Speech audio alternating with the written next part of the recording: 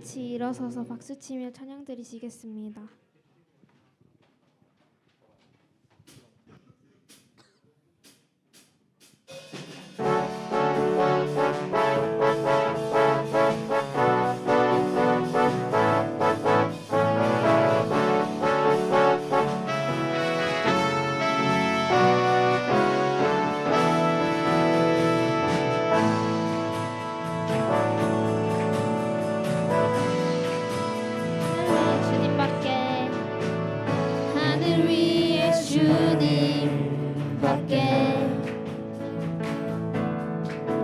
내가 사모할 자 이 세상에 없네. 내 맘과 힘은 믿을 수 없네. 오직 한 가지 그 진리를 믿네. 주는 나의 힘이요, 주는 나의 힘이요, 주는 나의 힘이요.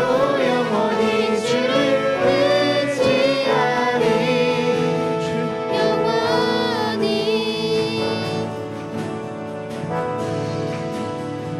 하늘 위에 주님밖에, 하늘 위에 주님밖에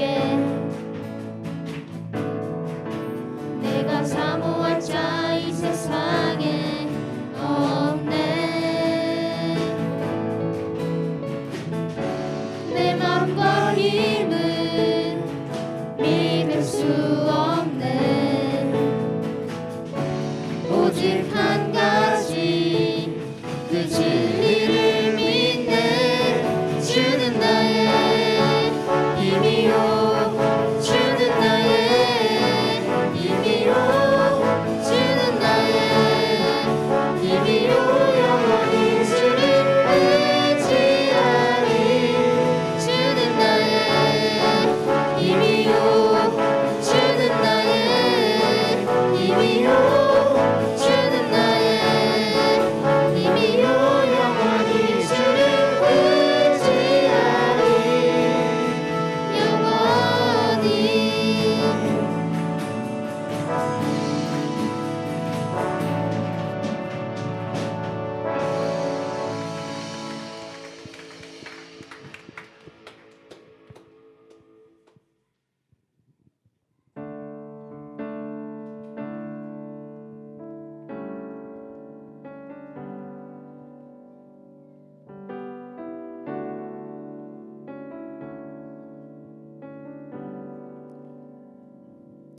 주님을 바라봅니다. 비록 지금은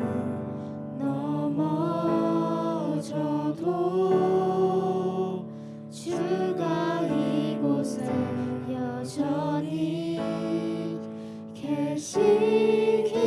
계시기에 주를 바라봅니다. 주님을 바라봅니다. 주님을 바라봅니다. 비록 지금은 넘어져도 주가 이곳에 여전히 계시기에 주를 바라봅니다. 세상은 여전히 어둡고 세상은 여전히 어둡고 우리 두 눈 가리워 한치 앞길 우리 알 수 없으나 여전히 우리의 곁에서 우릴 감싸 안으시는 주님, 우리의 시선을 드리리. 주님을 바라봅니다. 비록 지금은 넘어져도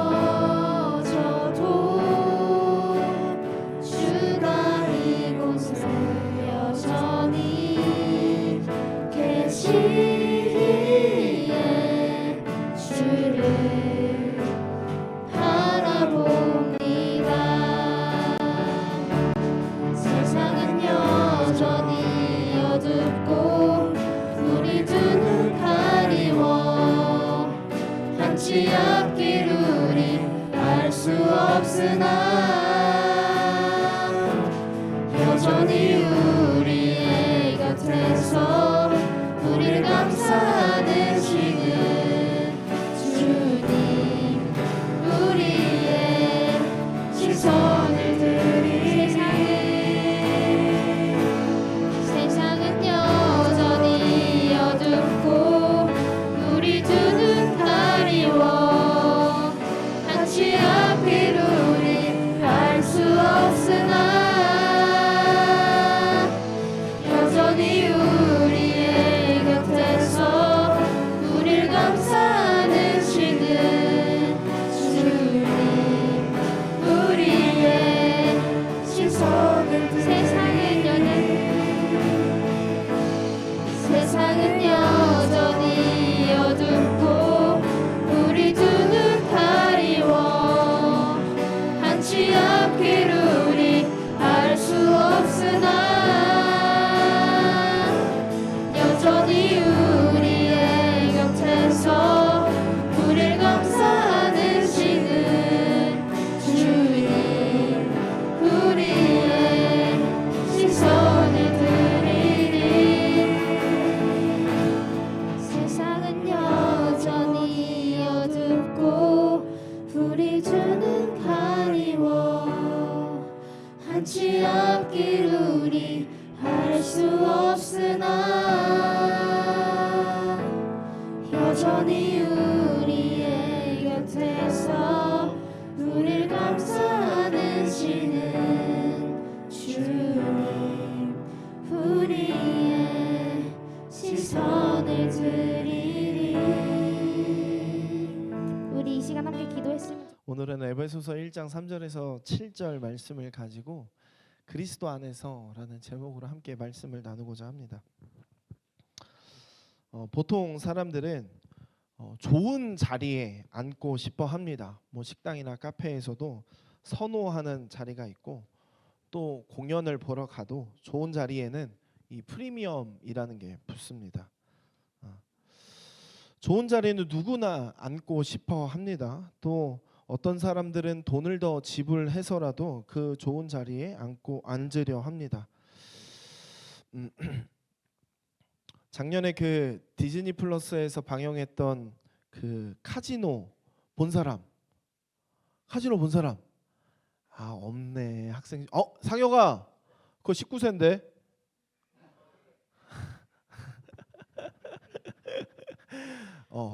거기에서 그 소위 그 호구를 잡기 위해서 극 중에 그 최민식이 그 어떤 그 중에 그 호구를 잡기 위해서 그 방법을 사용하는데, 그 중에서는 뭐 호텔을 좋은 데로 업그레이드 해주거나 비행기 좌석을 또한 업그레이드를 해주면서 그 사람을 꿰는 모습들이 나오는데, 그 사람을 통해서 카지노에서 돈을 엄청나게 뜯어내는 그런 모습들도 있었는데, 우리는 자리라는 것에 관해서 진심이고 그렇기에 좋은 자리로 바꾸어 준다라고 하는 것은 이 타인의 배려에 굉장히 기분을 좋아하게 여기는 것 같습니다. 그런데 우리가 이런 자리라는 개념을 벗어나서 그저 우리가 생각하는 그런 자리의 개념을 벗어나서 사망의 자리, 우리가 죽어야 하는 자리, 죽을 수밖에 없는 우리의 처지에서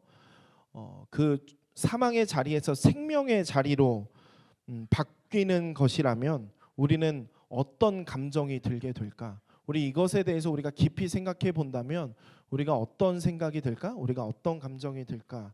한번 생각해 봤으면 좋겠습니다.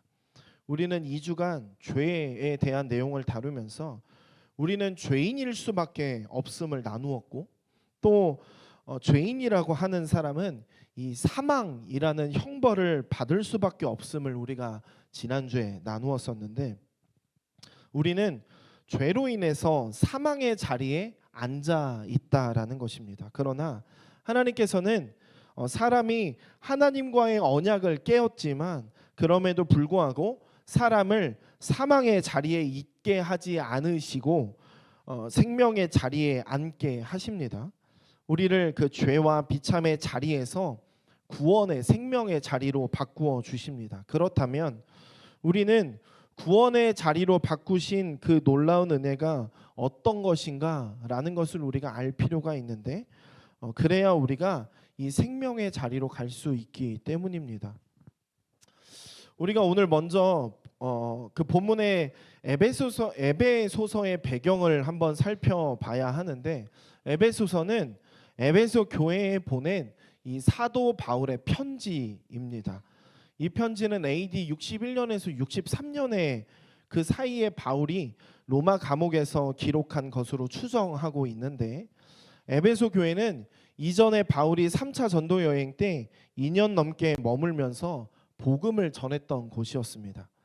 사도 바울은 교회 성도들을 위해서 밤낮 쉬지 않고 눈물로 교훈할 만큼 특별히 사랑하고 아꼈다라고 사도행전 20장에서 밝히고 있습니다. 당시 에베소 지역은 항구 도시로 이 상업과 교통의 요충지였고 이 소아시아의 로마라고 불릴 정도로 문명이 굉장히 발달한 곳이었습니다. 그렇다 보니까 이 대부분의 항구 도시가 그렇듯이 이 종교성이 굉장히 강해서 아데미 여신을 섬겼고 또 마술과 각종 영을 불러내는 주술 의식이 굉장히 성행하던 곳이었습니다. 그래서 사도행전 19장에서는 사도 바울이 복음을 전하자 귀신들이 쫓겨나고 마술사들이 회개하게 되고 은 5만에 해당하는 그 마술책을 불태웠다라는 기록도 볼 수 있습니다. 이 에베소 사람들은 아데미 여신을 통해서 물질의 복과 안락함, 육체의 쾌락을 즐기기를 원했습니다. 그뿐만 아니라 이 마술과 미신을 통해서 애군을 물리치고 또 복을 받기를 원했습니다. 사도 바울은 이런 상황 속에서 신앙생활을 하고 있는 이 에베소 교인들을 향해서 거짓 우상에게 기원하는 복이 아니라 하나님께서 주시는 하늘에 속한 신령한 복이 있음을 전했습니다. 우리 오늘 본문 에베소서 1장 3절을 우리 함께 읽어보겠습니다. 함께 읽겠습니다. 찬송하리로다 하나님 곧 우리 주 예수 그리스도의 아버지께서 그리스도 안에서 하늘에 속한 모든 신령한 복을 우리에게 주시되. 이 하늘에 속한 모든 신령한 복은 하나님 우리 주 예수 그리스도의 아버지께서 주시는 것입니다. 그리고 그것은 그리스도 안에서 이루어지는데 즉 우리가 그리스도 안에 있어야지만 우리는 하나님께서 주시는 복을 받고 누리며 살 수 있다라는 것입니다. 계속 언급하고 있는 이 그리스도 안에서의 표현은 이 에베소서에서 굉장히 중요한데 사도 바울은 이 그리스도 안에서라는 표현을 에베소서 전반에 걸쳐서 무려 35번이나 언급하는 것을 볼 수 있는데 이것은 하나님께서 주시는 복은 그리스도 안에서 그리스도로 말미암아 그리스도를 통해서 이루어진다라는 것을 강조하고 있기 때문입니다. 특별히 오늘 본문인 에베소서 1장 3절에서 7절은 모든 절마다 이 그리스도 안에서라는 어구가 반복되는 것을 볼 수 있는데 1장 3절에서는 신자들은 그리스도 안에서 하늘의 신령한 복을 받으며라고 얘기하며 또한 그리스도 안에서 우리를 택하시고라고 얘기하고 또한 1장 5절에서는 예수 그리스도로 말미암아 자기의 아들들이 되게 하시며라고 말하며 또한 1장 6절에서는 사랑하는 자 그리스도 안에서 우리에게 그 구원을 거저 주시고라고 말하며 1장 7절에서는 그리스도 안에서 속량 곧 죄의 사함을 받게 된다라고 말하고 있습니다. 그런데 본문 3절에서 우리에게 신령한 복을 주신다라고 하는 것은 아주 오래전부터 작정하신 이 사실을 볼 수 있는데 에베소서 1장 4절과 5절을 우리 함께 읽어보도록 하겠습니다. 함께 읽겠습니다. 네, 읽겠습니다. 곧 창세전에 그리스도 안에서 우리를 택하사 우리로 사랑 안에서 그 앞에 거룩하고 흠이 없게 하시려고 그 기쁘신 뜻대로 우리를 예정하사 예수 그리스도로 말미암아 자기의 아들들이 되게 하셨으니. 아멘. 어느 누구도 이 창세전에 공적을 쌓거나 무슨 자격을 얻을 수 없습니다. 즉 하나님께서는 사람의 어떠함이나 또 행위를 보고 택하신 것이 아니라 전적으로 이 하나님의 기쁘신 뜻대로 우리를 예정하시고 택하셨습니다. 그리고 하나님께서는 예정하신 대로 우리를 그리스도로 말미암아 자녀로 삼아 주신 것입니다. 하나님께서는 예정하신 대로 그리스도로 말미암아 우리를 자녀 삼아 주신 것에 대해서 우리가 한번 생각해 보자면, 사도 바울이 살던 시대에 통용되던 이 고대 로마법에 의하면 입양된 아들은 이 친자와 동일한 권리를 가질 수 있었습니다. 양자가 된 사람은 새로운 가정의 아들로서 모든 권리를 취득할 수 있고 이전 가문의 모든 권리를 완전히 상실시킬 수 있었습니다. 이제 그 양자된 사람은 법적으로 완전히 새로운 사람이 되었다라는 것인데, 그래서 이 과거의 가문과 연관된 어떤 모든 부채와 채무는 마치 그것들이 처음부터 존재하지 않았던 것처럼 여겨질 정도로 새로운 사람으로 대우받게 되는 것이 이 로마법에 의한 양자였습니다. 이처럼 하나님께서는 우리를 양자로 입양하셔서 하나님의 아들로 만들어 주셨습니다. 이것은 하나님의 자녀의 권리를 우리에게 그대로 주셨다라는 것인데, 그리고 이 모든 과정은 아이가 부모를 고르는 것이 아닌 것처럼 하나님께서 주도적으로 우리를 선택하셨고 하나님의 기쁘신 뜻대로 이루셨다라는 것입니다. 이런 일이 우리에게 있을 수 있는 것은 이 7절에서 말하고 있는데, 7절은 이렇게 말합니다. 우리는 그리스도 안에서 그의 은혜의 풍성함을 따라 그의 피로 말미암아 속량 곧 죄의 사함을 받았느니라. 아멘. 우리는 그리스도 안에서 속량 곧 죄 사함을 받아 하나님의 자녀가 되었다라는 것입니다. 속량이라고 하는 것은 당시 노예 시장에서 사용된 말인데, 이 전쟁 포로나 빚을 갚지 못해서 노예가 된 사람의 몸값을 대신해서 지불하고 살려주는 것을 이 속량이라고 말합니다. 우리는 죄의 종이었습니다. 그리고 성경은 이 죄의 삭을 사망이라고 이야기합니다. 그러나 예수님이 우리 죄를 대신해서 대가를 지불하시며 우리를 사망의 형벌로부터 해방시켜 주셨습니다. 그래서 죄인이 의인이 되었고 자유인이 되었으며 더 나아가 하나님의 원수에서 하나님의 자녀가 되었습니다. 이러한 내용에 대해서 웨스트민스터 소유리 문답 20문답에서는 이렇게 묻고 답하고 있습니다. 전도사님이 질문하면 우리 친구들이 답하는 답글을 읽도록 하겠습니다. 하나님께서 모든 인종을 죄와 비참한 지위에서 멸망하게 버려 두셨는가?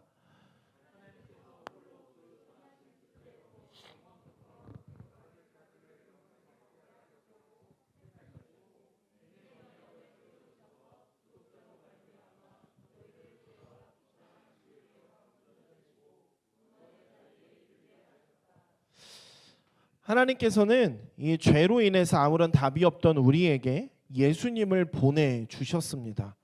하나님은 하나님의 예정에 따라 예수 그리스도 안에서 우리를 속량하셨습니다.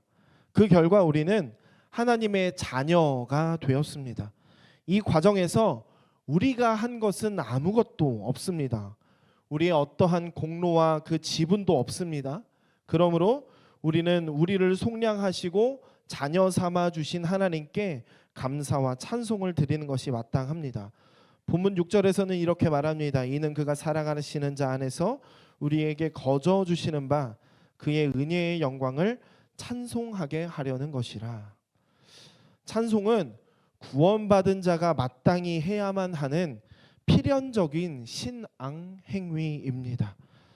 해도 되지 않고 하지 않아도 되는 어떤 그런 정도의 옵션이 아니라 우리는 하나님 앞에 찬양해야 하는 것이 우리에게는 필수적인 것입니다. 따라서 우리는 반드시 하나님을 찬양하고 적극적으로 하나님을 찬양하는 우리의 삶의 자리가 되어야 된다라는 것입니다.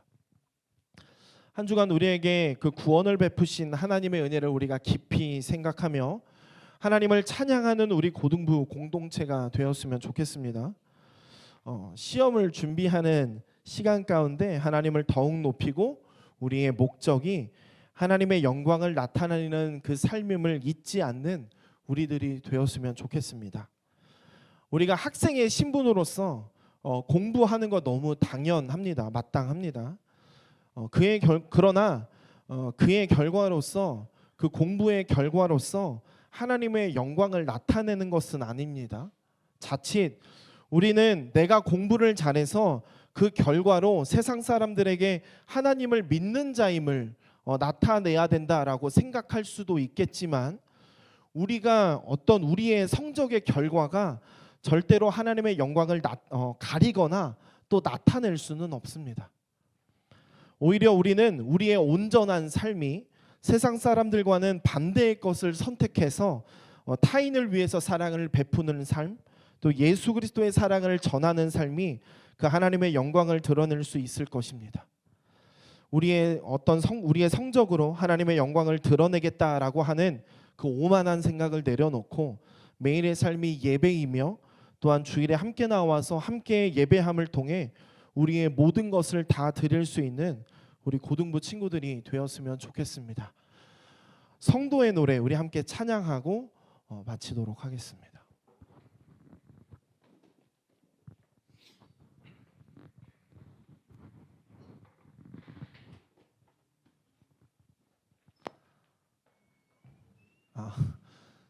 마이크들이 안 나온다고 계속 저한테 이러고 있습니다. 네. 우리 그 작년에 열심히 많이 불렀던 찬양이니까 우리 1학년 친구들은 어렵겠지만 우리 2, 3학년 친구들이 함께 불렀으면 좋겠습니다. 환난 가난과 고난 수고로움 속에도 성도는 그 믿음을 지켰네. 주를 섬기는 일에 자신을 다 드리며